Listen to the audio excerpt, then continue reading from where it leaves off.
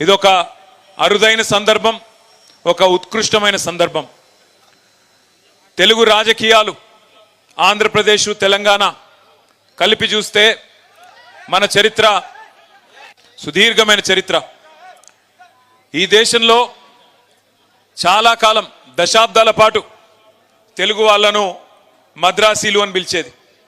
కానీ దాన్ని మార్చిన నాయకుడు ఆనాడు ఒక పార్టీ పెట్టి తెలుగు వాళ్ళు కూడా భారతదేశంలో ఉన్నారు అని చెప్పిన నాయకుడు అన్న నందమూరి తారక రామారావు గారు. ఆ తర్వాత ఈ దేశంలో తెలంగాణ కంటూ ప్రత్యేకమైన అస్తిత్వం ఉన్నది, ఇక్కడ ఈ దేశంలో తెలంగాణ అనే పౌరుషాల గడ్డ ఉన్నది అని ఎలుగెత్తి చాటిన నాయకుడు మన నాయకుడు గౌరవనీయులు పెద్దలు కేసీఆర్ గారు అన్న మాట నేను గుర్తు చేస్తా ఉన్నా. నేను ఎన్టీఆర్ గారి పేరు ఎందుకు తీసుకున్నానంటే దానికి ఒక ప్రత్యేకమైన సందర్భం ఉంది. ఈ 76 ఏళ్ల భారతదేశ స్వాతంత్రానంతర రాజకీయ చరిత్ర చూస్తే 2 పార్టీలు, తెలుగు గడ్డ నుంచి పుట్టిన పార్టీలు విజయవంతంగా 25 ఏళ్ల పైచిలకు ప్రస్థానాన్ని కొనసాగించిన పార్టీలు 2. ఒకటి అన్నగారు పెట్టిన పార్టీ తెలుగుదేశం, సరే ఇవాళ అటుపక్కకి వెళ్ళిపోయింది, అక్కడే ఉంది. కానీ ఇక్కడ మళ్ళీ 2వ పార్టీ మన నాయకుడు ఎగిరేసిన గులాబీ జెండా నుంచి తెలంగాణ వారి గుండెల్లోంచి పుట్టిన పార్టీ మన పార్టీ బీఆర్ఎస్ పార్టీ. ఆనాడు ఇవాళ చాలా మంది చాలా మాట్లాడొచ్చు. జగదీష్ అన్న చెప్పినట్టు ఇవాళ ఎవడు పడితే వాడు, భూమికి 3 ఫీట్లు ఉన్నోడు కూడా చాలా మాట్లాడుతున్నాడు అసెంబ్లీలో. భూమికి 3 ఫీట్లు కూడా లేడు కానీ మరుగుజ్జు వాడు కూడా మాట్లాడుతున్నాడు. మరుగుజ్జు అంటే నేను మరుగుజ్జులను అవమానిస్తలేను, రాజకీయ పిగ్మీ అంటున్నా. కేసీఆర్ మోకాలెత్తు కూడా సరిపోనోడు కూడా ఇవాళ ఓహో ఆహా అని చెప్పి గర్జిస్తా ఉన్నాడు. టైం ఎట్లొచ్చిందంటే గ్రామ సింహాలు కూడా సింహాల్లాగా ఎగురుతున్నాయి, వానపాములు కూడా నాగుపాములై బుసగొడుతున్నట్టు పోజులు కొడుతున్నాయి. అట్లాంటి పరిస్థితి వచ్చింది. కానీ ఒక్కసారి వెనకకి తిరిగి తొంగి చూస్తే 2001లో ఒక్కసారి మీకు అర్థం కావడానికి క్లుప్తంగా చెప్పే ప్రయత్నం చేస్తాను నేను. ఈరోజు ఇంతమంది, ఇంత పెద్ద బలగం సూర్యాపేటలో ఒక మీటింగ్, ఒక కార్యకర్తల సమావేశానికి వస్తే 4.5 కిలోమీటర్ల ర్యాలీ, ఎక్కడికక్కడ ప్రజలు బారులు తీరి ఏదో ఎలక్షన్లలో రోడ్ షో అయినట్టు ఎక్కడికక్కడ చేతులు ఊపుతూ ఇట్లా చూపెడుతూ అన్నా మళ్ళా మీరే వస్తారు, తప్పకుండా మళ్ళీ మీరే గెలవాలని చెప్పి ఆశీర్వదించే పరిస్థితి 15 నెలలు తిరగకుండానే వచ్చింది. ఇంత పెద్ద సైన్యం ఇవాళ మనకు తయారైంది. కానీ 2001లో ఏంటిది పరిస్థితి? ఆనాడు కేసీఆర్ గారు పార్టీ పెట్టినప్పుడు ఏమున్నది కేసీఆర్ గారికి? ఆనాడు కేసీఆర్ గారు ఆయన వయస్సు 46-47 ఏళ్ళ వయస్సు. పార్టీ పెట్టినప్పుడు ఒక రాజకీయ పార్టీ పెట్టాలంటే నిజంగా చెప్పాలంటే దుస్సాహసం. అప్పటికే 100 సంవత్సరాల చరిత్ర కలిగిన కాంగ్రెస్ పార్టీ ఒకవైపు, మరొక వైపు భారతదేశాన్ని ఆనాడు నడుపుతున్నది ఎన్డీఏ ప్రభుత్వం, భారతీయ జనతా పార్టీ ప్రభుత్వం. వాళ్ళు ఒకవైపు ఉన్నారు, బీజేపీ పార్టీ ఒకవైపు. మూడో వైపు అదే ఎన్డీఏకు కన్వీనర్గా ఉంటూ, ఉమ్మడి ఆంధ్రప్రదేశ్కు ముఖ్యమంత్రిగా ఉంటూ, ఢిల్లీలో చక్రం తిప్పుతూ మొత్తం భవిష్యత్తు నాదే, 2020 విజన్ అంటూ ఆనాడు 20 ఏళ్ళు నాదే అంటూ గర్జిస్తున్న చంద్రబాబు ఇంకొక వైపు. ఆ పరిస్థితుల్లో ఒక నాయకుడు, ఆయనేం సినిమా యాక్టర్ కాదు, ఆయనేమి మొత్తం 10 తెలంగాణ జిల్లాల్లో ఆనాటికి పాపులర్ నాయకుడు కాదు. ఒక మంత్రిగా తెలుసు, ఒక రాజకీయ పార్టీ నాయకుడిగా తెలుసు తప్ప ఆనాడు ఒక సినిమా యాక్టర్ కాదు, లేదా ఒక అప్పటికే విస్తృతమైన ప్రజాదరణ కలిగిన నాయకుడు కాదు. అదే మాదిరిగా తెలంగాణ అనే అంశం కూడా అప్పటికే 30 ఏళ్ళు మరుగునబడ్డ అంశం. 1971లో ఎప్పుడైతే తెలంగాణ ప్రజా సమితి అనే పార్టీ మీద 14కి గాను 11 పార్లమెంట్ సీట్లు గెలిచి మళ్ళీ కాంగ్రెస్లో కలిసిపోయినారో ఆ తర్వాత ప్రజల్లో నమ్మకం చచ్చిపోయిన పరిస్థితి. తెలంగాణ సమాజమే మళ్ళీ తెలంగాణ వస్తుంది అంటే ఒక నమ్మకం లేని పరిస్థితుల్లో 2001లో గులాబీ జెండా ఎగిరేసి ఒక్కడుగా బయలుదేరి శూన్యం నుంచి సునామీ సృష్టించి తెలంగాణ సాధించిన మహానాయకుడు కేసీఆర్.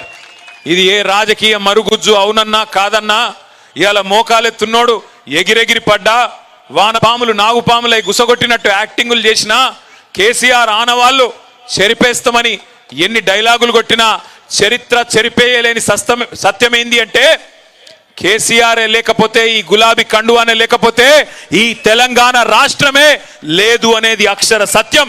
ఇది ఎవరు అవునన్నా కాదన్నా వాస్తవం. కేసీఆర్ గారు ఎంబడి నడిచిన ప్రజలు ఆఫ్ కోర్స్ లక్షల సంఖ్యలో నడిచినారు. ప్రజా సంఘాలు కలిసి వచ్చినాయి, విద్యార్థులు బలిదానాలు చేసినారు. కానీ కేసీఆర్ నడుం బిగించి మొదటి అడుగు వేయపోతే ఆ తర్వాత 14 ఏళ్ల చరిత్రనే లేదు.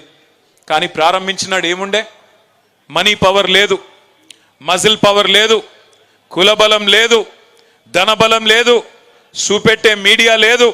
ప్రతికూల శక్తులన్నీ తెలంగాణ వద్దని కోరుకునే శక్తులందరూ హైదరాబాద్లోనే అడ్డాబెట్టి ఎట్లా నడుపుతావో చూస్తాం, తొక్కి పారేస్తాం నిన్ను అని ఒకవైపు హుంకరించడాలు, మకల ఉట్టింది పుబ్బల పోతుంది అని శాపనార్థాలు. ఈ రకమైన వాతావరణంలో ఒక్కడుగా బయలుదేరి ఆనాడు పెద్దలు జగదీశ్వర్ రెడ్డి గారి కొంతమంది మిత్రులు ఉమ్మడి నల్గొండ జిల్లా నుంచి కూడా ఆనాడు తనతో పాటు బయలుదేరి, విజయసింహారెడ్డి గారు ఇట్లా కొంతమంది మిత్రులు, భరత్ గారు, వీళ్ళు బయలుదేరి కొంతమంది ఆనాడు ఆయనతో పాటు ప్రయాణం ప్రారంభించినారు. ఒక్కొక్క అడుగే మరి వేసుకుంటూ 14 ఏళ్ళు. నిజంగా చెప్పాలంటే 25 ఏళ్ల టీఆర్ఎస్ పార్టీ చరిత్ర, బీఆర్ఎస్గా ఈరోజు ఉన్నాం. చరిత్ర చూస్తే 3 పాత్రల్లో కూడా విజయవంతమైన ఒకే ఒక్క పార్టీ భారతదేశంలో మన పార్టీ మాత్రమే. మొదటి 14 ఏళ్ళు ఉద్యమ పార్టీగా విశ్వరూపాన్ని చూపెట్టి భారతదేశానికే, దేశంలోని అన్ని వర్గాల ప్రజలకు ప్రజాస్వామ్యబద్ధంగా తమ కోరికలు నెరవేర్చుకోవచ్చనే ఒక అద్భుతమైన ఉద్యమ రూపాన్ని ఆవిష్కరించిన పార్టీ ఉద్యమ పార్టీ టిఆర్ఎస్. ఆ తర్వాత 10 ఏళ్ల పాటు అధికారం ఇస్తే పేదల కోసం ఎట్లా పనిచేయొచ్చు, ప్రజల కోసం ఎట్లా పనిచేయొచ్చు, స్వల్ప కాలంలోనే అన్ని అనుమానాలు పటాపంచలు చేస్తూ భారతదేశంలోనే నంబర్ 1 రాష్ట్రంగా ఎట్లా నిలపొచ్చు అని చూపెట్టిన నాయకత్వం కేసీఆర్ నాయకత్వం. అదేవిధంగా 15 నెలల కిందట అధికారం పోయింది, ప్రతిపక్ష పాత్రలోకి వచ్చినాం. ప్రతిపక్షంలోకి వచ్చిన తర్వాత ఇవాళ చిట్టినాయుడు ఏం చెప్తున్నాడు? టీవీలలో అటో చెంప ఇటో చెంప వాయిస్తున్నారు. నన్ను కూర్చొనిస్తలేరు, కుర్చీలో కూర్చున్నానో లేదో, నన్ను బతకనిస్తలేరు అంటే ప్రతిపక్ష పార్టీగా కూడా ఇవాళ ప్రజల పక్షాన ఎలుగెత్తి పోరాడుతున్నది అసెంబ్లీలో కానీ బయట కానీ ఒకే ఒక్క పార్టీ బీఆర్ఎస్ పార్టీ మాత్రమే.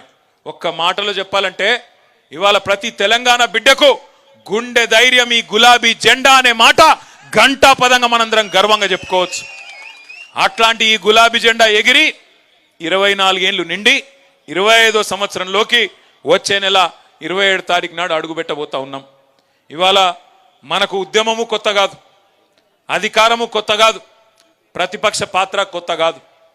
కానీ ఇవాళ మనకు తిరిగి అధికారం కావాలని కోరుకోవడం మన కోసం కాదు. నేను 10 ఏళ్ళు మంత్రిగా పనిచేసిన, జయేశ్వర్ రెడ్డి గారు 10 ఏళ్ళు చేసినారు. ఈ వేదిక మీద కూర్చున్న వాళ్ళందరూ ఎమ్మెల్యేలు అయినారు, జెడ్పీ చైర్మన్లు అయినారు, ఊహించకుండా ఎమ్మెల్సీలు అయినారు, రకరకాల పదవులు వచ్చినాయి, జెడ్పీటీసీలు అయినారు, మున్సిపల్ చైర్మన్లు అయినారు, రకరకాల పదవులు వచ్చినాయి. ఇవాళ బీఆర్ఎస్ పార్టీ కొట్లాడుతున్నది, బీఆర్ఎస్ పార్టీ తిరిగి కావాలని కోరుకుంటున్నది అధికారం మన కోసం కాదు. ఆనాడు టీఆర్ఎస్ పుట్టుక చరిత్రలో ఒక అనివార్యమైన పరిస్థితిలోంచి వచ్చిన ఒక సందర్భం. ఇవాళ కూడా తిరిగి బీఆర్ఎస్ కు అధికారం కావాలని కోరుకోవడం మన కోసం కాదు, తెలంగాణ కొరకు ఒక చారిత్రక అవసరం ఖచ్చితంగా ఉన్నది. ఈ కర్కశ కాంగ్రెస్ పాలనను ఖచ్చితంగా మళ్ళీ వీళ్ళ పీడను వదిలించాలంటే గులాబీ జెండాతోనైతే తప్ప ఇంకో జెండాతోని కాదు అనే మాట ఇవాళ ప్రజలు గుర్తించినారు. అందుకే ఎక్కడ పోయినా ఈ 15 నెలల్లో, ఎక్కడికి పోయినా ఈ 15 నెలల్లో సరే మనం దెబ్బతిన్నాం, అసెంబ్లీలో ఓడిపోయినాం, ఉమ్మడి నల్గొండ జిల్లాలో ఒక సూర్యాపేట తప్ప 11 స్థానాలు కోల్పోయినాం. పార్లమెంటుకు పోయినాం, పార్లమెంట్లో 2కి 2 సీట్లు ఓడిపోయినాం. మొత్తం రాష్ట్ర వ్యాప్తంగా 1 సీటు కూడా రాలేదు. చాలామంది అన్నారు అయిపోయింది, వీళ్ళ పని అయిపోయింది, ఇక ఉన్న ఎమ్మెల్యేలు వెళ్ళిపోతారు, ఎమ్మెల్సీలు వెళ్ళిపోతారు, అసలు పార్టీయే మూతపడుతుంది అనే మాట కూడా మాట్లాడినారు. కానీ ఒక ఫినిక్స్ పక్షి కదా, ఎట్లా లేసి మళ్ళీ ఆకాశాన్ని అందుకునే విధంగా అద్భుతంగా తన పోరాట పటిమతోని ముందుకు సాగుతుందో అదే విధంగా ఇవాళ కదం దొక్కి అటు కాంగ్రెస్కు ఇటు బీజేపీకి కాలరాత్రులు చూపెడుతున్న మీ అందరికీ హృదయపూర్వకంగా తలలు వంచి శిరస్సు వంచి నేను నమస్కారం చేస్తా ఉన్నా. హైదరాబాద్లో ఉన్న మేము ఒక్క పిలుపునిస్తే, ఒక్క నిరసన కార్యక్రమానికి పిలుపునిస్తే ఇవాళ క్షేత్రస్థాయిలో కేసులు పెట్టినా, ఎవడు బెదిరించినా, ఎవడు ఏమన్నా భయపడకుండా పోరాడుతున్న మీ అందరికీ హృదయపూర్వకంగా నేను మళ్ళొక్కసారి శిరస్సు వంచి నమస్కారం చేస్తా ఉన్నా. ఇది సామాన్యమైన విషయం కాదు మీరు చేస్తున్న పోరాటం. ఎందుకంటే మీరు చూస్తూ ఉన్నారు ఒక వికృతమైన మనస్తత్వం కలిగిన ముఖ్యమంత్రి. నిజంగా నేను అనుకున్నా చిన్న వయసులో ముఖ్యమంత్రి అయిండు, అదృష్టం బాగుంది, మరి పర్సనాలిటీ పెంచుకుంటాడేమో అనుకున్నా. ఎవరు? రేవంత్ రెడ్డి. ఏ చిన్న వయసులో 53, 54 ఏళ్ళకే జాక్పాట్ తలిగింది, తాంతే గారెల బుట్టలు పడ్డట్టు పోయి ముఖ్యమంత్రి అయిండు. సరే ఆయన అదృష్టం బాగుంది, పర్సనాలిటీ పెంచుకుంటాడేమో అనుకున్నా. కానీ రేవంత్ రెడ్డి కథ ఎట్లుందంటే పర్సనాలిటీ పెంచుకున్నాడు మీద లేదు ఇంట్రెస్ట్, పర్సెంటేజ్లు పెంచుకున్నాడు మీదనే ఉంది ఆయన కథ అంతా. ఢిల్లీకి మూటలు పంపాలే, పదవి కాపాడుకోవాలి తప్ప వేరే ఫికరు లేదు. ఎన్ని మాటలు చెప్పినరండి, ఎన్ని రకాల అబద్ధాలు చెప్పినరు. మొన్న ఒక మిత్రుడు వచ్చినాడు, మీ నల్లగొండ జిల్లా వాసే, బాగా రాస్తాడు, మంచి రైటర్, ఇక పేరెందుకులే కానీ ఆయన వచ్చి ఆయన ప్రభుత్వ ఉద్యోగంలో ఉన్నాడు. ఆయన వచ్చినాడు, కొద్దిసేపు ఏదో ముచ్చట పెడుతున్నాం. నేను అడిగిన, అన్నా మరి ఏమైందే మీ నల్లగొండలో? కేసీఆర్ గారు చరిత్రలో ఎన్నడూ లేని విధంగా నల్లగొండని ఇంత బ్రహ్మాండంగా చేసిండు కదా, టైలెండ్ గ్రామాలకు నీళ్లు రాకపోతుండే, గోదావరి నీళ్లను కాళేశ్వరం ప్రాజెక్టు కట్టి తుంగతుర్తి ఇక్కడే ఉన్న సూర్యాపేట కోదాడలోని చివరి మడి దాకా నీళ్లు తీసుకొచ్చి 2.5 లక్షల ఎకరాలకు 2 పంటలకు నీళ్ళు ఇచ్చిండు కదా, ఏమైంది అని అడిగిన. అట్లే ఒక్క మెడికల్ కాలేజీ లేని నల్లగొండ ఉమ్మడి జిల్లాకి 3 మెడికల్ కాలేజీలు ఇచ్చిండు కదన్నా, ఏమైంది అని అడిగిన. దామెరచెర్ల లాంటి అద్భుతమైన విద్యుత్ కేంద్రం కట్టిండు. మొత్తం తెలంగాణలోనే ఉన్న ఒకే ఒక్క అల్ట్రా మెగా పవర్ ప్రాజెక్టు ఒక టౌన్షిప్పే కట్టినాడు. మరి అంత పెద్దది కడితే మిర్యాల కూడా ఎందుకు పోయింది అని అడిగిన. ఆలేరులో, భువనగిరిలో మరి ఆ ప్రసిద్ధ సుప్రసిద్ధ ధార్మిక క్షేత్రమైన యాదాద్రిని అంత అద్భుతంగా బహుశా మనం ఎవ్వరం కూడా కలగనని విధంగా అద్భుతంగా తీర్చిదిద్దిండు కదా, అదెందుకు పోయింది అని అడిగిన. ఆయన ఏం చెప్పిండో తెలుసా నాకు? అన్న ఏం లేదే, మీరేమనుకోనంటే క్లుప్తంగా రామాయణం కదా, కట్టే కొట్టే తెచ్చే అని చెప్తారు కదా 3 ముక్కల్లో, నేను కూడా అట్లే చెప్తా అన్నాడు. చెప్పు అన్న. ఏమైంది అంటే ఆయన చెప్పిన మాట ఏంటంటే, మీ నల్లగొండ జిల్లా బిడ్డ ఆయన ఏమన్నాడంటే 3 పదాలు, కట్టే కొట్టే తెచ్చే లెక్క, అసూయ ద్వేషం ఆశ. అసూయ ద్వేషం ఆశ, ఈ 3 పనిచేసినాయి అన్న అన్నాడు. అంటే ఏంది అని నేను అన్నా. అసూయ అంటే ఈ మల్లన్నాడు చూసినావు, అబ్బా అధికార పార్టీలకు రాగానే కొత్త కారు కొన్నాడు రా, కొత్త ఇల్లు కట్టిండ్రా, ఆయన కూడా కట్టుకునే ఉంటాడు అనేటోడు. కేసీఆర్ ప్రభుత్వంలో అందరి సంపద పెరిగింది, భూముల రేట్లు పెరిగినాయి, అందరి సంపద పెరిగింది. కానీ మల్లన్న మీద అసూయ పుట్టియాలి. ఓ భాస్కర్ రావు గారు కొత్త అంగేసిండు, అమ్మా నిన్న మొన్నటి దాకా ఆయన ఏదో ఇదివరకు అంగి లేకుండా తిరిగినట్టు బ్రహ్మాండంగా ఉండే ఆయన ఇదివరకు కూడా, కానీ ఇవాళ కొత్త అంగేదో వేసినట్టు ఆయన మీద అసూయ పుట్టించే విధంగా స్థానిక నాయకత్వం మీద ఈర్ష్య ద్వేషాలు కలిగే విధంగా ఒకవైపు ప్రచారం, మరొక వైపు ద్వేషం. ఏదో కేసీఆర్ గారు ఈ రాష్ట్రాన్ని ఆయన కుటుంబం కోసమే తెచ్చుకున్నాడు, ఆయన ఎవరిని కలవడట, అహంకారం అట, కుటుంబ పాలనట, లక్షల కోట్లు దోసుకపోయిందంట అని కేసీఆర్ గారి మీద ఏదో దొరనట, దొరపాలనట అని చెప్పి ద్వేషం నిండే విధంగా అగ్రనాయకత్వం మీద ఇంకోవైపు విష ప్రచారం. మూడోది ఆశ. కేసీఆర్ 10,000 ఇస్తుండు కదా, నేను 15,000 ఇస్తా. కేసీఆర్ ₹1,00,000 ఇస్తుండు కదా పెళ్లికి, నేను తులం బంగారం ఇస్తా.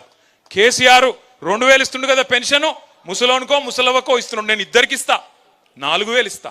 మా సోనియమ్మ చెప్పింది వచ్చే నెల నుంచే ఇస్తా అని ఏతుల వెంకటరెడ్డి, ఇంకా తర్వాత ఉన్నారు కదా కోతుల ఉత్తమ్ కుమార్ రెడ్డి, ఇటువంటి వాళ్ళు అందరు ఎక్కడోడు అక్కడ తలిగి మొత్తం ప్రజలని ఆశ పెట్టి, నీళ్లున్నాయి, కరెంట్ వచ్చింది, కడుపు నిండా అన్ని వచ్చినాయి, ఇక ఏడన్నా పోతాయా అవి, ఇంకేదో వస్తుందట మీదికెళ్ళి అని చెప్పి ఒక ఆశ పెట్టి.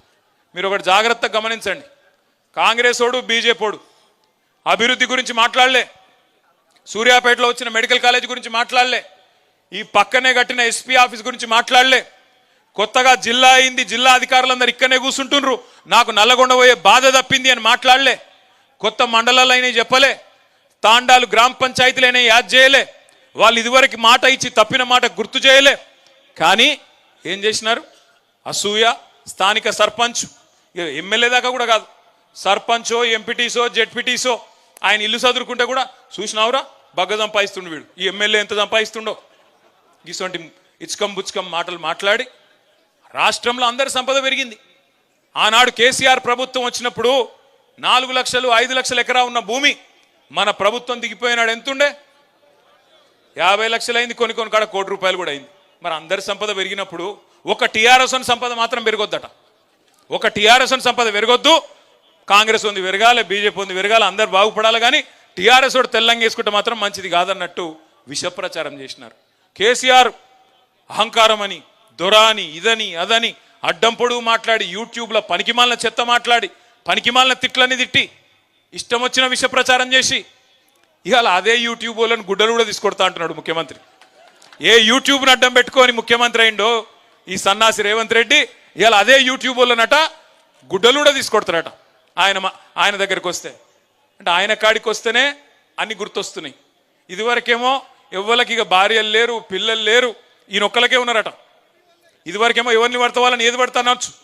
ఒక్కొక్క కాన్స్టిట్యున్సీకి వచ్చి ఒక్కొక్క నాయకుడిని ఎంత అన్యాయంగా, ఎంత నీచంగా, ఎంత నికృష్టంగా, మాట్లాడలేని భాషలో వికృతంగా మాట్లాడి ప్రజల మనసులు ఖరాబ్ చేసి, నెత్తి ఖరాబ్ చేసి, లేని ఆశ పెట్టి, దురాశ పెట్టి అధికారంలోకి వచ్చినాం. ఇంకా ఘోరం ఏంటంటే నిన్న డిప్యూటీ సీఎం మాట్లాడుతుంటే నవ్వాలనో ఏడవాలనో తెలియదు. ఆయన ఇది ఉత్కృష్టమైన బడ్జెట్ అట, అద్భుతమైన బడ్జెట్ అట. నాకు ఒకటే గుర్తొచ్చింది, ఈ మధ్యన దేశపతి శ్రీనివాస్ గారని మన ఎమ్మెల్సీ ఉంటాడు, ఆయన ఒక మంచి పాట రాసిండు, గోవింద గోవింద 6 గ్యారెంటీలు గోవింద అని.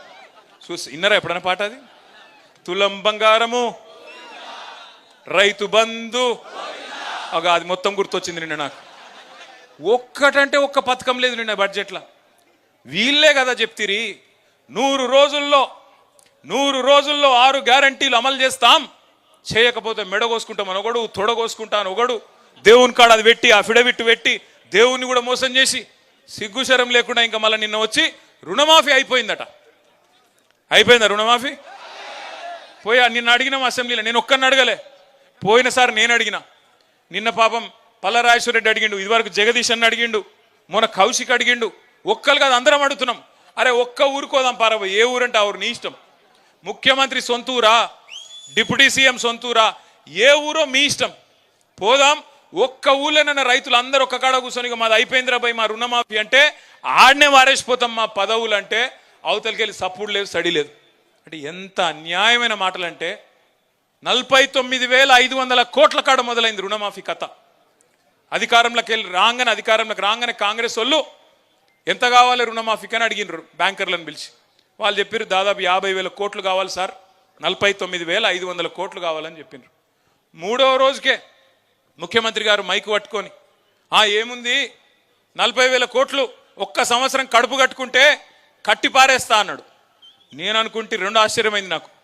ఒకటి 9,500 కోట్లు ఎవడు ఎత్తుకపోయిండు మొదలు అర్థం కాలేదు. మొదలు బ్యాంకర్లకేమో 49,500 కోట్లు అని చెప్తివి, 3 రోజులకే అందులోకి 9,500 కోట్లు ఎగిరిపాయి, అదొకటి ఆశ్చర్యం. రెండవది ఒక సంవత్సరం కడుపు కట్టుకుంటే 40,000 కోట్లు వస్తాయట.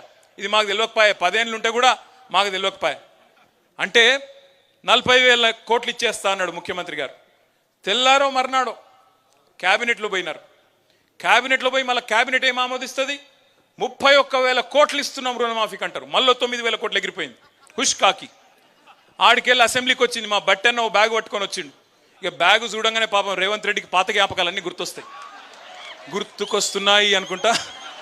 పాత జ్ఞాపకాలన్నీ పాపం ఉన్నాయి కదా, మంచి మంచి జ్ఞాపకాలు. సో ఆ బ్యాగు పట్టుకొని చూస్తే, ఆ బ్యాగ్ ఓపెన్ చేస్తే ఏమున్నది, బ్యాగు తెరిస్తే 26,500 కోట్లట రుణమాఫీకి. ఇది పోయిన సంవత్సరం చెప్పిన మాట, పోయిన బడ్జెట్లో. ఈ బడ్జెట్లో ఏం చెప్పి ఎరికేనా, 20,000 కోట్లు కట్టేసినా అయిపోయింది రుణమాఫీ అంటాడు. ఎక్కడ 50,000 కోట్లు, ఎక్కడ 20,000 కోట్లు, మధ్యలో 30,000 కోట్లు ఎక్కడ పోయినాయి? ఎక్కడికి? 40 సార్లు ఢిల్లీ ఓడు అంటే మామూలు ముచ్చట్న.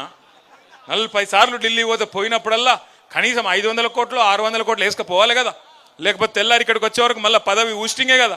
అవి ఆడికి పోతున్నాయి పైసలు. 30,000 కోట్లు రైతులు ఎక్కడ పోయినాయి అంటే టింగు అనుకుంటే ఢిల్లీలో రాహుల్ గాంధీ ఖాతాలా, ఖర్గే ఖాతాలా, ప్రియాంక గాంధీ ఖాతాలా అక్కడ పడుతున్నాయి తప్ప రైతు బంధు లేదు, ఏది లేదు. కేసీఆర్ గారు చిలకకు చెప్పినట్టు చెప్పిండు, ఈ సన్నాసులను నమ్మితే మునుగుతాము, రైతు బంధు రామ్ అవుతుందని చెప్పిండా. సూర్యాపేటలో కూడా చెప్పిండా? మరి ఇన్నారు మీరు, ఇన్లే. హుజూర్ నగర్ వాళ్ళు ఇన్లే, ఒక సూర్యాపేట వాళ్ళు ఇన్నారు బుద్ధిమంతులు, కానీ హుజూర్ నగర్ వాళ్ళు ఇన్లే, తుంగతుర్తి వాళ్ళు ఇన్లే. మళ్ళీ ఈ చూడు కూడా ఏం మెజారిటీలు నాకు అర్థం కాదు. ఏ వాళ్ళు పడితే వాళ్ళకే, అసలు ఇదివరకు అడ్రస్ లేని వాళ్ళకు 50,000 60,000 ఓట్ల మెజారిటీ ఇచ్చి గెలిపించి ఇలా కూసోబెట్టుకున్నారు నెత్తి మీద. కేసీఆర్ గారు పార్లమెంట్ అప్పుడే చెప్పిన కృష్ణారెడ్డి గారు ప్రచారంకి వచ్చినప్పుడు ఏరికోరి మొగాన్ని తెచ్చుకుంటే వాడు ఎగిరెగిరి తన్నిడని చెప్పారు. ఇప్పుడు 15-16 నెలలు అయితే ఒక్క పథకం అని ఉన్నదా? ఉన్నాయే పోయినాయి మొత్తం. గోదావరి నీళ్లు ఇగో ఇదే కిషోరు, ఇదే జగదీశ్వర్ రెడ్డి గారు, ఇదే బొల్లమ్మల్లయ్య గారు కిందవడి మీదవడి కేసీఆర్ గారు ఒక నీరటాయన లెక్క పనిచేసి ఆ నీళ్ళన్నిటినీ ఇగో గేట్లు ఎత్తండి, చెరువులు నింపండి, తీసుకపోండి అని పాపం కేసీఆర్ గారు తనలాడి నీళ్ళు ఇస్తే చివరి మడి వరకు మీరు ఒక్క ధర్నా చేసే అవసరం లేకుండా, రోడ్డెక్కే అవసరం లేకుండా 2.5 లక్షల ఎకరాలకు సూర్యాపేట జిల్లాల్లో కాళేశ్వరం ద్వారా ఆ నీళ్ళని తెచ్చి మీ 2 పంటలు పండించింది కేసీఆర్. నల్లగొండ జిల్లాను మొత్తం తెలంగాణ రాష్ట్రంలోనే ఉమ్మడి నల్లగొండ జిల్లాను నంబర్ 1 జిల్లాగా వరి ధాన్యం ఉత్పత్తిలో చేసింది కేసీఆర్ ప్రభుత్వం. మరి అలా మీ సూర్యాపేట జిల్లాలో నీళ్ళ మంత్రి ఉన్నాడు, నీళ్లున్నాయా? మంత్రి అవుతున్నాడు, 6 ఫీట్లు ఉన్నాడు. మా జగదీశ్ అన్న 6 ఫీట్ల కంటే కొద్దిగా తక్కువనే ఉన్నాడు, కానీ నీళ్లు తెచ్చిండు. ఆయన మాత్రం ఆ సన్నాసి 6.5 ఫీట్లు ఏమున్నాడు, నీళ్లు మాత్రం లేవు. నీళ్ళ మంత్రి మళ్ళీ పేరుకు. ఏం చేయాలి? ఏం చేస్తున్నారు తెలుసా మీ నల్లగొండ మంత్రులు? ఒకడేమో SLBCలా 8 మంది ఇక్కపోతే ఆడపోయి చేపల కూర చేయించుకొని తింటుండు. ఆడ ఇంకా ఏమైంది ఆవిడ యాక్సిడెంట్ అంటే ఏం లేదు, ఇలా నీళ్లు వాటర్ కలిసినాయి అంటున్నాడు. అరే నీళ్లు వాటర్ కలుసుడు ఏందిరాబాయ్, మాకెక్కడ తెలియదు ఇటువంటి కథ అంటే నీళ్లు వాటర్ కలిసినాయట. ఇక ఇట్లున్నారు మీ మంత్రులు. మీ ఒక ఆయననేమో నీళ్ళ మంత్రి, నీళ్లు లేవు. ఇంకొక ఆయనేమో నీళ్లు వాటర్. ఇంత గొప్పలను ఎన్నుకున్న నల్లగొండ చైతన్యానికి హృదయపూర్వకంగా వందనం.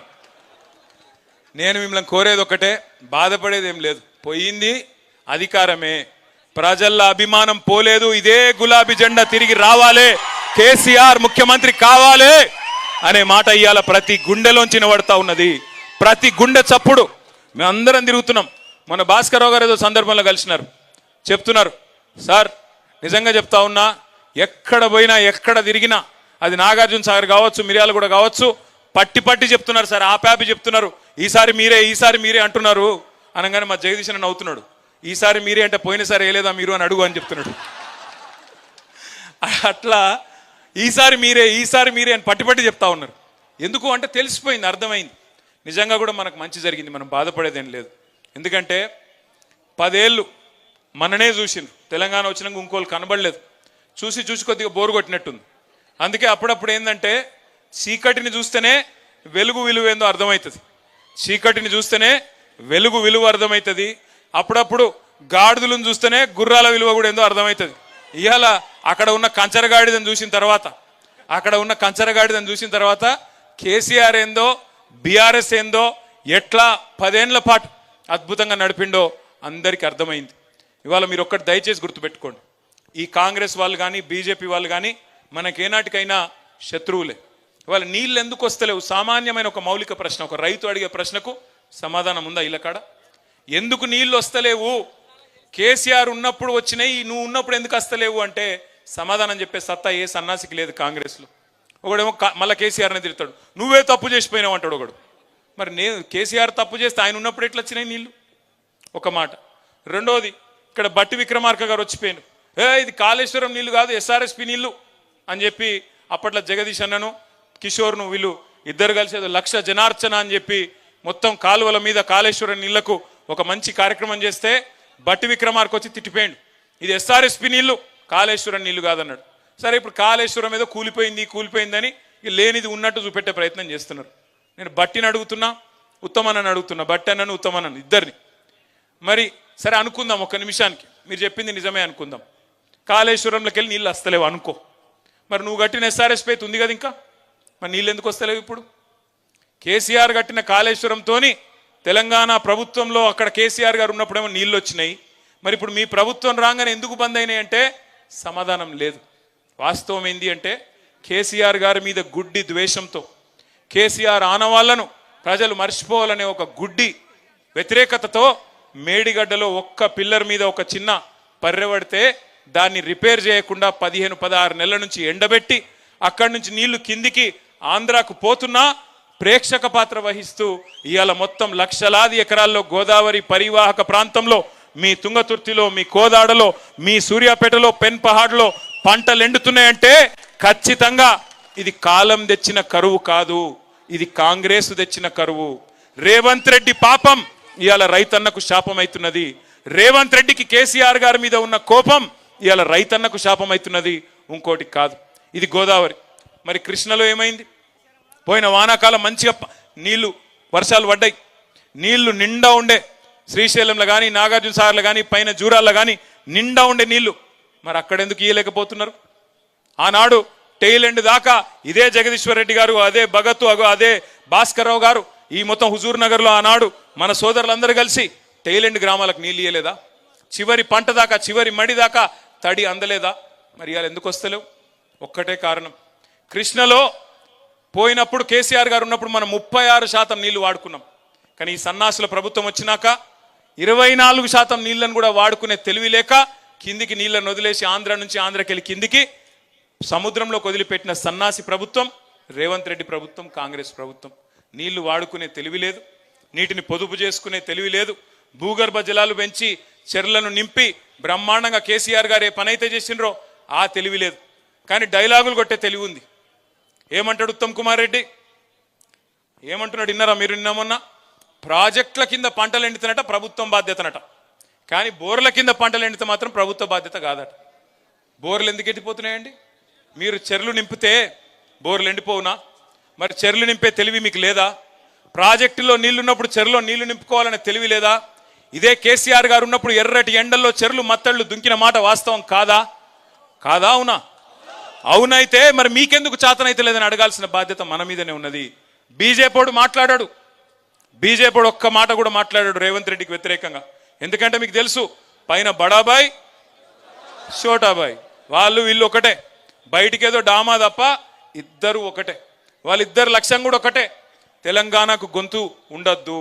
ఎందుకంటే వాళ్ళకి తెలుసు ఈ గులాబీ జెండా తెలంగాణ ప్రజాపక్షం, వాళ్ళిద్దరూ ఢిల్లీ పక్షం. అందుకే వాళ్ళు ఏం కోరుకుంటారు? ప్రజాపక్షంగా ఉన్న పార్టీ ఉండొద్దు, ఇది పూర్వపక్షం అయిపోవాలి, మనమే ఉండాలి, మనం కొట్లాడుకోవాలని చెప్పి ఇలా బండి సంజయ్ గారు, కిషన్ రెడ్డి గారు రేవంత్ రెడ్డి మీద ఈగ వాలకుండా కాపాడుతూ, కంటికి రెప్పలాగా కాపాడుతూ, ఆయన ఎంత అవినీతి చేసినా, ఎన్ని వేల కోట్లు దోచుకున్నా, మనం ఆధారాలతో సహా సమర్పించినా వాళ్ళు మాత్రం చర్య తీసుకోవడం లేదు. ఇదంతా మీకు ఎందుకు చెప్తున్నా అంటే సమకాలీన రాజకీయాలు. నేను సూర్యాపేటకు వచ్చి చెప్పకూడదు నిజానికి, ఎందుకంటే మీరందరూ చైతన్యవంతులు. ఒకనాడు సాయుధ పోరాటంలో నిజాంనే ఉరికించిన గడ్డ చైతన్యానికి ప్రతీక అయినది ఉమ్మడి నల్లగొండ, మీ సూర్యాపేట. మరి మనం ఇప్పుడు సందర్భం ఏంది? ఏప్రిల్ 27 మన పార్టీ 25వ ఏట అడుగు పెడుతున్న సందర్భం. అందుకే మీ జిల్లా కవి గారు హనుమంతు గారు రాసిన పాట, సుద్దాల హనుమంతు గారు, ఎట్లా బయలుదేరాల వరంగల్కి? బండెనుక బండి గట్టి, ఒక్కొక్క గ్రామం నుంచి 16 బండ్లు గట్టి, ఎవరికి ఏ సాధనం దొరికితే ఆ సాధనంలో, ఎండ కొద్దిగా ఎక్కువ ఉంటుంది, ఎండను కూడా చూసుకొని వడదెబ్బ దాకకుండా మజ్జిగ ప్యాకెట్లు కూడా పెట్టుకొని మంచిగా బ్రహ్మాండంగా తయారై ఏ సాధనం దొరికితే ఆ సాధనం. ఇప్పుడే మల్లన్న చెప్తున్నాడు పక్కకెళ్ళి, అన్న మా దగ్గరికి వెళ్ళి కొంతమంది మరి పాదయాత్రకు వస్తారంటున్నాడు. అంటే నేను అన్న కొద్దిగా జాగ్రత్త, ఎందుకంటే ఎండాకాలము, ఆయనతో వడదెబ్బ దాకితే లేని ప్రమాదం వస్తుంది, జాగ్రత్త అన్న అని చెప్పిన. రకరకాల ఆలోచనలు ఉండొచ్చు. ఉద్యమ సందర్భంలో జయేశ్వర్ రెడ్డి గారు ఇంకా మిగతా మిత్రులు చాలా మంది సైకిళ్ళ మీద వచ్చినారు వరంగల్కి, ఇంకా చాలా మంది చాలా రూపాల్లో వచ్చినారు, ఎడ్ల బండ్ల మీద, ట్రాక్టర్ల మీద. మళ్ళొక్కసారి కదం దొక్కాల్సిన సందర్భం. ఇటు కాంగ్రెస్ గుండెల్లో, అటు బీజేపీ గుండెల్లో రైళ్లు పరిగెత్తించాల్సిన సందర్భం ఏప్రిల్ 27 అనే మాట నేను మీకు గుర్తు చేస్తా ఉన్నా. ఖచ్చితంగా ఒక్కొక్కరం ఒక్కొక్క కథానాయకుడిలాగా మీ గ్రామాలలో, పట్టణంలోని మీ వార్డులలో కదం దొక్కుదాం. ఎక్కడి వాళ్ళం అక్కడ. ఒక్క సూర్యాపేట జిల్లా నుంచే మనకి, ఎందుకంటే పక్కనే మీకు వరంగల్ జిల్లా, సూర్యాపేట జిల్లా నుంచే కదం దొక్కి బయలుదేరుదాం, ముందుకు పోదాం. నాకు ఆశ్చర్యం ఏమనిపిస్తున్నది అంటే ఇవాళ సూర్యాపేట ప్రజల రెస్పాన్స్ చూస్తూ ఉంటే నిజంగా జగదీష్ అన్న అసెంబ్లీలో లేకుండా ఇక్కడ ఉండడమే మంచిదేమో అనిపించింది. ఎందుకంటే అక్కడ అసెంబ్లీలో నాకు ఆశ్చర్యం, అసలు నా పక్కనే ఉంటాడు అన్న కూర్చునేది. ఏం మాట్లాడిండు తప్పు? ఏమన్నాడు జగదీష్ రెడ్డి గారు? ఏమన్నాడు? మీరు రైతులకు రుణమాఫీ చేసినారు అని అన్నాడు, మీరు రైతు బంధు ఇచ్చినారు అన్నాడు, మీరు 24 గంటల కరెంట్ ఇస్తున్నారు, మీరు తులం బంగారం ఇస్తున్నారు అని నిలదీసిండు. ఇక పని ఏం చేసిండు? ఏతుల వెంకటయ్య కథ చెప్పిండు. ఆ ఏతుల వెంకటయ్య కథ చెప్పే వరకు అక్కడ ఉన్న వెంకటయ్యలందరికీ పాపం బాగా ఇబ్బంది అనిపించింది. వెంకటయ్య కథ నువ్వే చెప్పు, నాకు రాదు అది. వెంకటయ్య 4 బర్రెల కథ చెప్పిండు. నాకు ఒక బర్రె ఉంటే, మా అత్తగారు లోటిస్తే, నేను కొంటే, అవి చచ్చిపోయింది, బతుకుతే, అప్పుడు నేను ఇది చేస్తా అది చేస్తా, నేను డైరీ కంపెనీ పెడతా అని చెప్పిండట వాడు. గట్లనే మీది కూడా ఉన్నదని చెప్పిండు. చెప్పేవరకు ఏమైంది, వాళ్ళకి బర్దాష్ కాలే. బర్దాష్ కాక ఒక స్పీకర్ గారిని, దళిత స్పీకర్ను అవమానిస్తావా అని చెప్పి సస్పెండ్ చేశారు. ఎంత దారుణం అంటే నేను అడుగుతున్నానండి, స్పీకర్ పదవికి దళిత స్పీకరు, గిరిజన speaker, BC speaker, OC speaker అని ఉంటుందే. స్పీకర్ స్పీకరే. స్పీకర్ను మేము గౌరవిస్తున్నాం కాబట్టే ఏకగ్రీవంగా ప్రసాద్ కుమార్ గారు ఎన్నుకోవడంలో మనం కూడా పోటీ పెట్టకుండా సహకరించిన మా స్పీకర్ గారు అక్కడ కూర్చోవడానికి. అదేవిధంగా ఆ రోజు జగదీష్ రెడ్డి గారి మీద ఆగ్రహాన్ని వ్యక్తం చేస్తూ ఆయన సభను వాయిదా వేస్తే ఆయన ఛాంబర్లకు పోయినాం, స్పీకర్ గారి దగ్గరికి పోయి చెప్పినాం, సార్ కేసీఆర్ గారితో మాట్లాడినాం మేము, అవసరమైతే జయేశ్వర్ రెడ్డి గారు 10 ఏళ్ళు మంత్రిగా పనిచేసిన పెద్ద మనిషి అయినప్పటికీ మీరు కనుక నొచ్చుకుంటే మీరు మైక్ ఇవ్వండి, వెంటనే విచారం వ్యక్తం చేస్తాం, మేము తప్పకుండా అవసరమైతే మీరు బాధపడేది, మేము తప్పు మాట్లాడలేదు, మిమ్మల్ని అవమానించలేదు, అయినా మీరు అని ఫీల్ అయితే మేము విచారం వ్యక్తం చేసి వెనక తీసుకుంటాం, మైక్ ఇవ్వండి అని చెప్పినాం. మైక్ ఇయ్యలే. దళిత స్పీకర్ను అవమానించినందుకు జగదీశ్వర్ రెడ్డి గారిని చేసినామని చెప్పారు బయటికి. నేను ఒక్కటి గుర్తు చేస్తున్నా, రాష్ట్రంలో 143 మున్సిపాలిటీలు ఉన్నాయి, కార్పొరేషన్లు ఉన్నాయి. జనరల్ సీట్లో ఎక్కడన్నా ఏ నాయకుడన్నా ఒక దళిత మహిళను 5 ఏళ్ళు మున్సిపల్ చైర్మన్గా ఉన్న పెట్టిన నాయకుడు ఎవరైనా ఉన్నారా? ఇగో మా అన్నపూర్ణమ్మ, ఒక దళిత బిడ్డ, ఆడబిడ్డ, ఆ అమ్మాయిని ఒక జనరల్ సీట్లో అక్కడ మున్సిపల్ చైర్మన్ చేసిన జగదీశ్వర్ రెడ్డి గారట దళిత వ్యతిరేకట. ఇంతకంటే హాస్యాస్పదమైంది ఇంకోటి ఉంటుందా? కూర్చో. ఆమెను దించడానికి ప్రయత్నం చేసిన వాళ్ళట మంచోళ్ళట, కానీ ఇవాళ జగదీష్ అన్న ఎవరైతే అక్కడ కూర్చోబెట్టిండో ఆయన దళిత వ్యతిరేకట.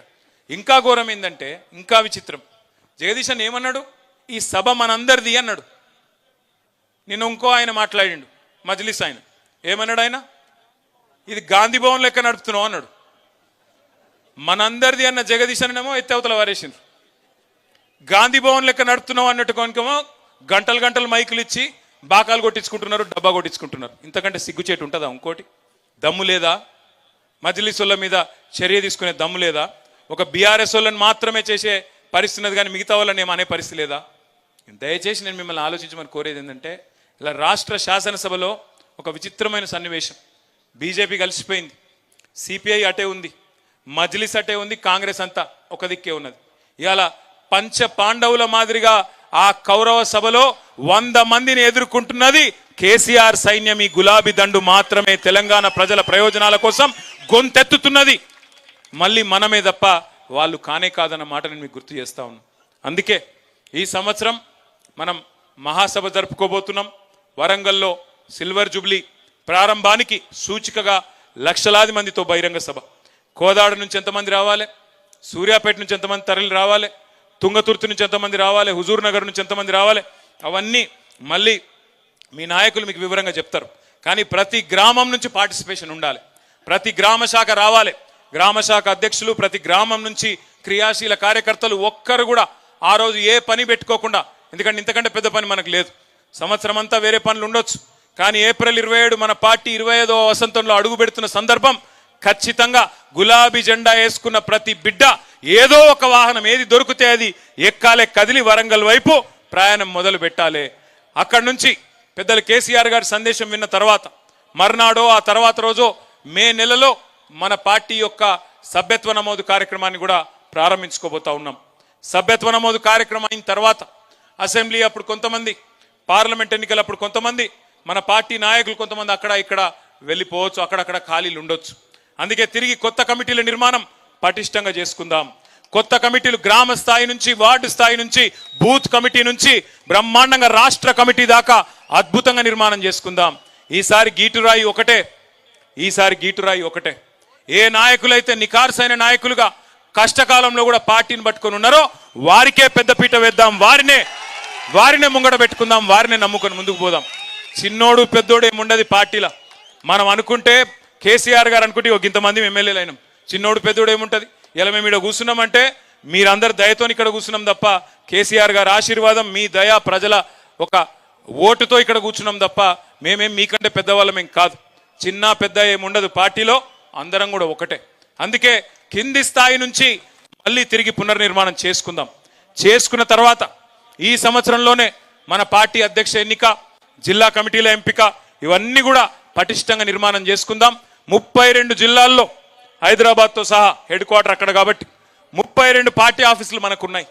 ప్రతి పార్టీ ఆఫీస్ను కూడా ఒక చైతన్య కేంద్రంగా మార్చుకొని కార్యకర్తల శిక్షణా శిబిరాలు కూడా అద్భుతంగా ఒక 3-4 నెలల పాటు నిర్వహించుకొని కాంగ్రెస్ ఏంది, బీజేపీ ఏంది, ఎవడి మోసం ఏంది, ఏ గ్రామంలో మనం చేసింది ఏంది, వాళ్ళు చేసింది ఏంది, ఏ రకంగా మోసం నడుస్తున్నదో చెప్పాలి. మోసం అంటే గుర్తొచ్చింది, నేను బడ్జెట్ అయిపోయింది, బయటికి వస్తున్నా, పేరొద్దులే కానీ ఒక కాంగ్రెస్ సీనియర్ ఎమ్మెల్యే కలిసి నేనన్నా, ఏమన్నా 100 రోజులు అంటిరి, ఏమైనా 6 గ్యారంటీలు అన్నా. 100 రోజులు అన్న, మొదటి 100 రోజులు అనలేదు కదా, ఆఖరి 100 రోజులు ఇస్తామంటుండు. ఇవన్నీ ప్రజలకు చెప్పాలి. ఆఖరి 100 రోజులు ఇస్తారట అంటే ఎంత లంగలో చూడురిగా మీరు. అంటే ఇట్లాంటివన్నీ మనమే చెప్పాలి ప్రజలకి, ఇంకెవరో చెప్పరు. వాళ్ళ ఆలోచన ఎట్లుందంటే కాంగ్రెస్ వాళ్ళది ప్రజలను అమాయకులు అనుకుంటా ఉన్నారు. లాస్ట్ 1 ఇయర్లో ఏదో ఇచ్చినట్టు చేస్తే ప్రజలు మళ్ళా గుద్దుతారు మనకే అనే ఒక అపోహలో, ఒక అమాయకత్వంలో కాంగ్రెస్ వాళ్ళు ఉన్నారు. అందుకే రేపు స్థానిక సంస్థల ఎన్నికలు కావచ్చు, లేదా రాబోయే రోజుల్లో జరగబోయే ఉప ఎన్నికలు కావచ్చు, ఆ తర్వాత వచ్చే రాష్ట్ర శాసనసభ ఎన్నికలు కావచ్చు, అన్నిటిలో కూడా తిరిగి గులాబీ జెండా ఎగరాలి అంటే మీరే తప్పకుండా ఎక్కడి వాళ్ళు అక్కడ ఒక కేసీఆర్ లాగా గ్రామ స్థాయిలో కథానాయకులై విజృంభించాలి. దానికి మొదటి అడుగు ఏప్రిల్ 27 నాడు చలో వరంగల్. మరి అందరం పోదామా వరంగల్కి? బండి వెనుక బండి కట్టి బయలుదేరదామా? మళ్ళీ ఒక్కసారి మీ అందరికి కూడా మళ్ళీ సూర్యాపేటకు వస్తా, మళ్ళీ మండలాల వారీగా కూడా కూర్చుందాం, శిక్షణా శిబిరాల్లో కూడా కలుసుకుందాం. ఈ సంవత్సరం అంతా కూడా పోరాటనామ సంవత్సరంగా ముందుకు పోదామని చెప్పి తెలియజేస్తూ జై తెలంగాణ, కేసీఆర్ గారి నాయకత్వం, జై కేసీఆర్.